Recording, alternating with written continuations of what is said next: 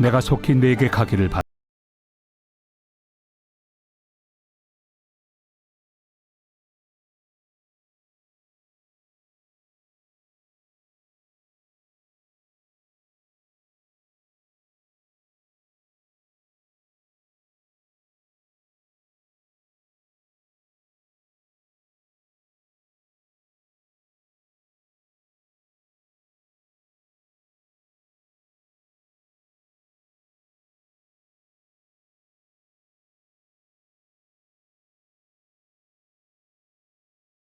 사장.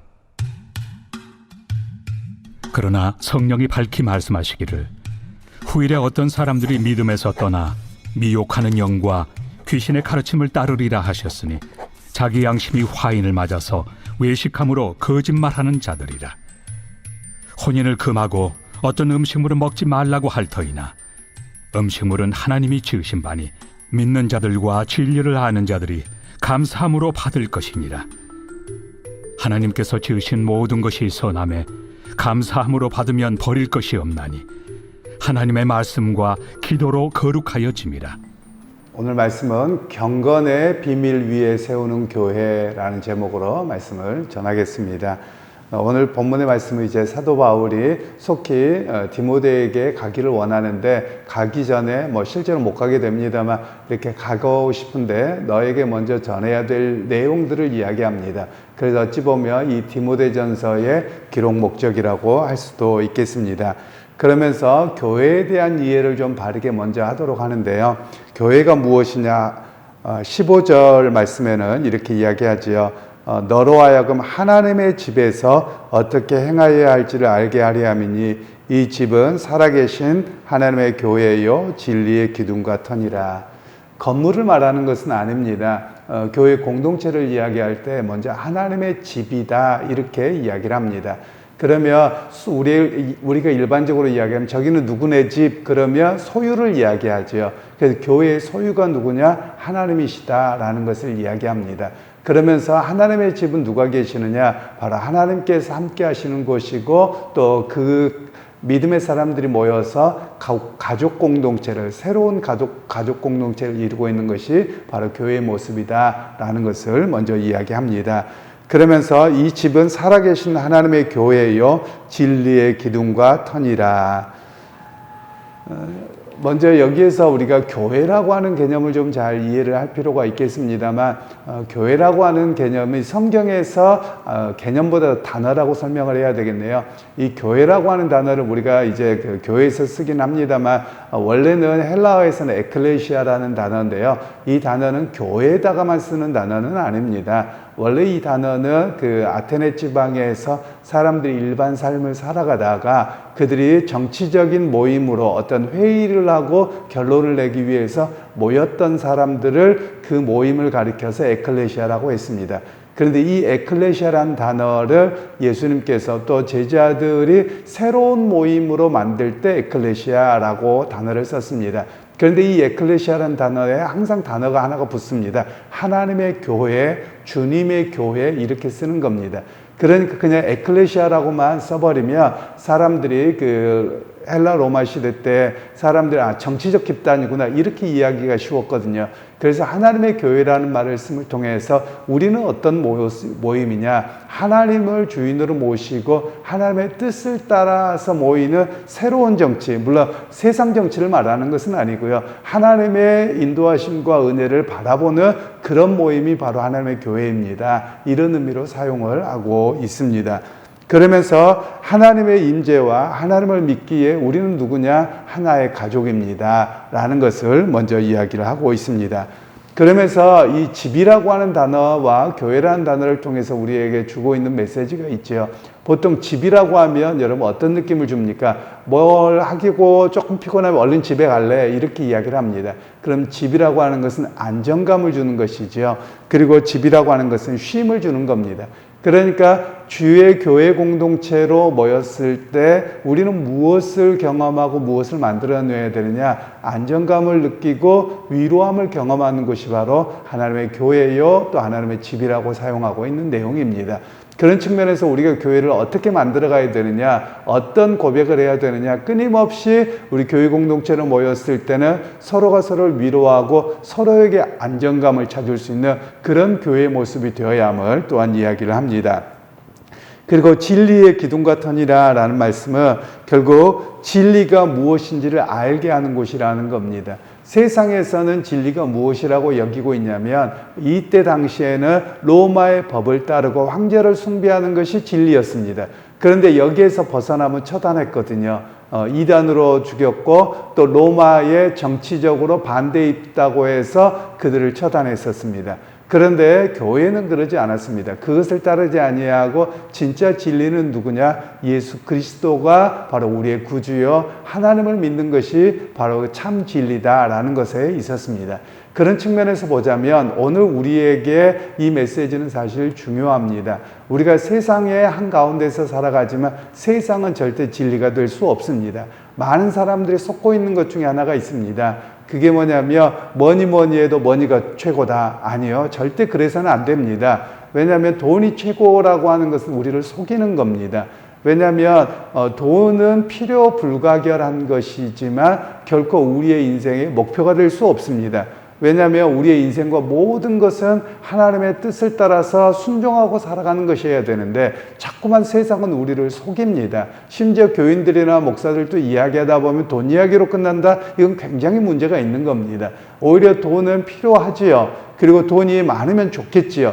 그러나 그것이 인생의 목적과 모든 삶의 방향이 귀결되어진다. 그것은 돈이 우상화가 되어지는 겁니다.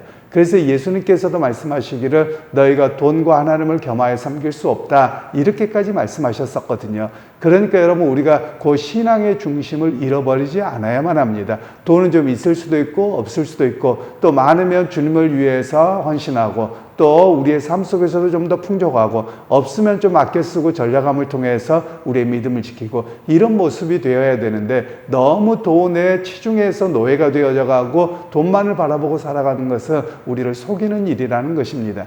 그래서 오늘 성경에서는 정말 진리가 무엇이냐? 예수 그리스도가 우리의 구원자요. 그리고 교회가 세상과 다른 완전한 하나님 앞에서 위로함과 평안을 누리고 그 그리스도를 알아가는 참 모임입니다. 라는 것을 우리가 분명히 잊지 않아야 함을 이야기합니다. 그런 측면에서 우리에게 조금 더 적용하자면 그렇습니다. 예를 들면 어떤 직종 주일날 일 안 할 수 없는 직종들이 있습니다. 그런 경우는 이해가 되어질 부분들이 있습니다. 그런데 우리가 주일을 지키기 위해서가 우선이 돼야 되는데 그냥 다른 것이 먼저가 된다? 사실 깊이 좀 생각해 보아야 될 내용들입니다. 왜냐하면 먹고 살기 위해서 이때 안 하면 큰일 나요 라고 하는 것이 정말 큰일 나느냐? 안 큰일 나거든요. 그런데 우리는 마음에 조급함이 있는 겁니다. 예를 들면 운전하시는 분들이나 의사들이나 지하철이나 이렇게 주기적으로 돌아가는 분들이 있습니다. 어떤 분들은 격일로 돌아가는 분들이 있고요. 그건 내 임의적으로 할 수 없는 것이죠. 그런 경우들은 이해가 되지만 그렇지 않고 주일 성수를 하지 못하게 되어지는 어찌 보면 돈 안 벌면 큰일 날 것 같아서 그렇게 한다. 그러면 우리의 신앙이 어디에 있느냐 한 번쯤은 점검해 보도록 정말 진리의 기둥 가운데 내 신앙이 서 있는가 우리 자신을 되돌아보도록 하는 그런 말씀이라고 할 수 있습니다. 그리고 이제 4장 1절 말씀에는 그러나 성령이 밝게 말씀하시기를 후이되 어떤 사람들이 믿음에서 떠나 미혹하는 영과 귀신의 가르침을 따르리라 하셨느니라. 여기에서 미혹하는 영이라는 말은 속인다라는 뜻입니다. 속이는 영들이라는 겁니다. 우리를 속입니다. 그러면 우리가 보통 미혹하는 영이다. 그러면 이단에 빠진 사람들만을 이야기합니다. 이단에 빠진 사람도 이 속이는 영에 빠지기도 합니다. 그런데 정말 거기만 그러냐? 우리 역시 앞에도 제가 물질에 관련돼서도 이야기를 했습니다만 우리를 그렇게 속이거든요. 세상에서 그렇게 신앙생활하면 너는 못 살아 라고 하면서 우리를 속이는 것이거든요. 그것으로부터 우리가 속임당하지 아니하도록 깨달아야 된다. 그렇게 성령께서는 말씀하셨습니다.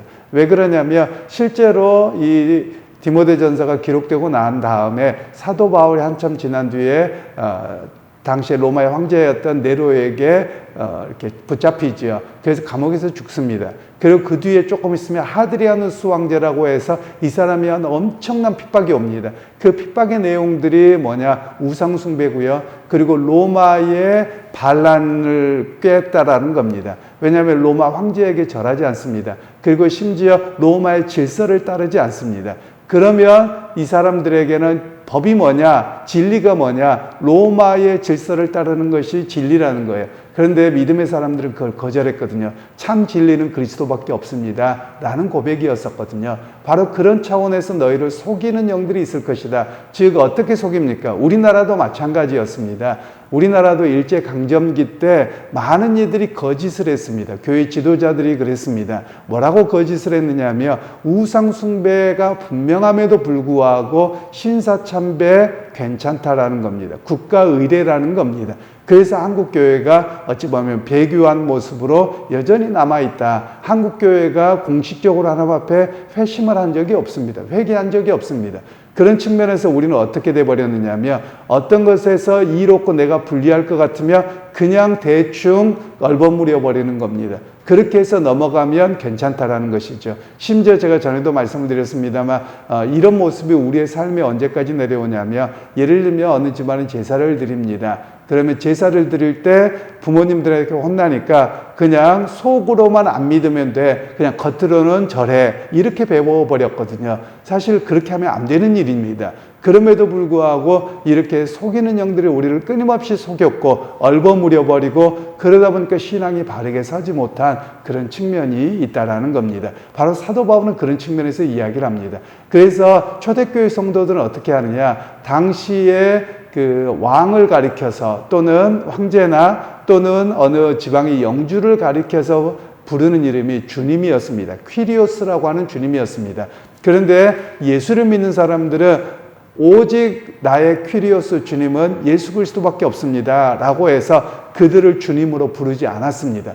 그러니까 이들이 뿔이 나서 어떻게 하느냐면 너 왜 퀴리오스라고 안 부르느냐라고 해서 예수 믿는 사람들을 잡아 죽이고 했던 것이거든요. 그런데 거기에 굴하지 않았던 사람들이 바로 이 시대의 신앙인들이었다라는 것을 우리가 기억할 필요가 있겠습니다. 그리고 2절 말씀에는 자기 양심이 화인을 맞아서 외식함으로 거짓말하는 자들이니라. 양심이 마비되어서 바르게 판단하지 못한다라는 거예요. 옳고 그름이 분명하게 주어졌는데 그 옳고 그름을 판단하지 못하는 그런 시대가 되어져 가고 있음을 이야기를 하고 있습니다.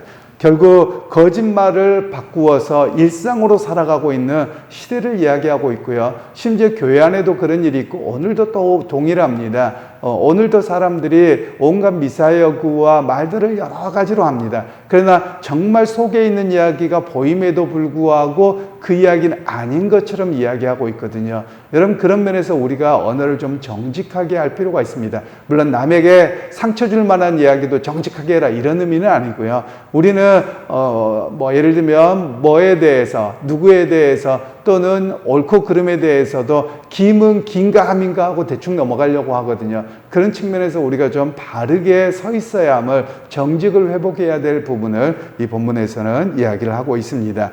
그리고 이제 3절 말씀에는 음식과 혼인에 대한 이야기를 합니다. 어떤 사람들은 혼인을 금한 사람들이 있었고요. 그리고 음식 규례를 이야기하는 사람들이 있었습니다. 실제로 이 시대에 어떤 경우가 있었냐면 어떤 사람들이 혼인을 마치 오늘날 우리 한국교회 이단들처럼 이들이 집단으로 산에 올라가서 주님이 언제 오신다더라 임박한 종말론을 가진 사람들이 있었습니다. 그래서 그들이 흰 옷을 입고 산에 올라가서 예수님 오십시오 그런데 안 온단 말이에요. 그래서 집단 자살을 했던 그런 사건들도 있습니다. 바로 1차적으로는 그런 이야기를 하고 있고요. 오늘 우리에게도 마찬가지입니다. 이단들의 모습들을 보면 우리를 속이고 있는데 거기에 속지 아니하도록 하는 그런 말씀들이고요. 그리고 음식 문제에 대한 이야기도 하는데 이건 유대주의자들에 대한 이야기입니다. 유대주의자들이 들어와서 예수를 믿으면 이 음식 먹으면 안 되고 저거 하면 안 되고 계속 이런 이야기를 하는 것이죠. 그것의 구원의 조건은 아닙니다. 음식이라고 하는 것이.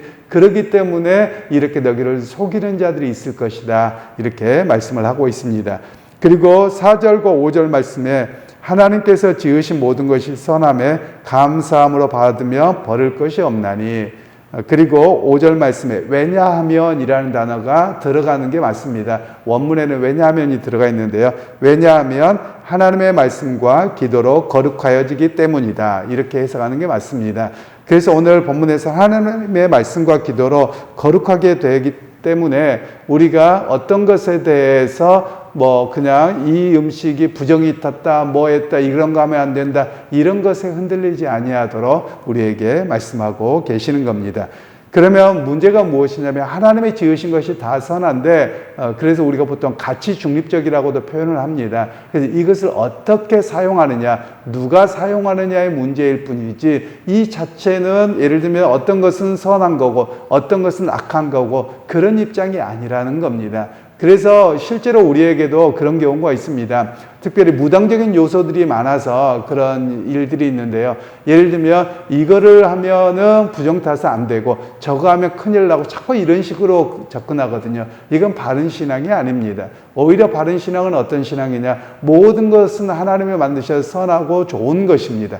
그런데 그걸 누가 사용하느냐, 그리고 어떻게 사용하느냐에 따라서 결과가 달라지는 것입니다. 그래서 우리에게 주어진 많은 것들을 선하게 사용하며 하나님께는 영광이요 우리에겐 또 은혜와 기쁨으로 쓰여지는 것을 말씀하고 계시는 것이지요.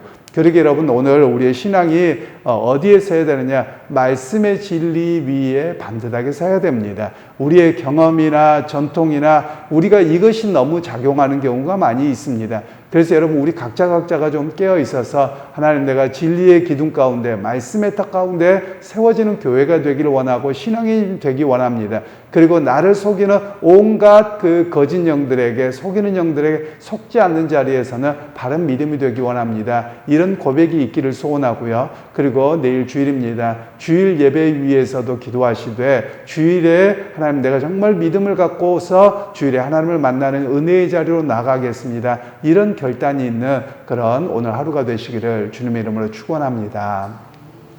하나님, 은혜를 감사합니다. 오늘도 주께서 은혜 베푸셔서 우리를 믿음의 자리로 부르시고 또 우리를 진리의 기둥 가운데 세우기를 원하셨던 하나님의 말씀을 듣습니다. 하나님, 우리를 속이는 영들이 얼마나 많은지요. 그 가운데 속지 않게 하시고 깨닫게 하셔서 흔들리지 아니하는 거룩한 믿음, 또한 주님을 향한 사랑 속에서 사랑의 고백으로 오늘 하루도 승리하는 우리 모두가 되게 하옵소서. 예수님의 이름으로 기도하옵나이다. 아멘.